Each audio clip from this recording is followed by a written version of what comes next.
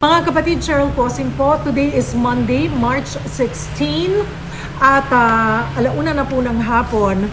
Kapapasok lamang po na balita, kinukumpirma ng Department of Energy ang panibagong big-time oil price hike. Simula po yan bukas, March 17. Ito po, maghanda na tayo ulit mga motorista. Sa pagtataya po ng DOE ay papalo daw mula 12 pesos and 90 centavos hanggang 16 pesos and 60 centavos ang dagdag sa presyo ng gasolina kada litro.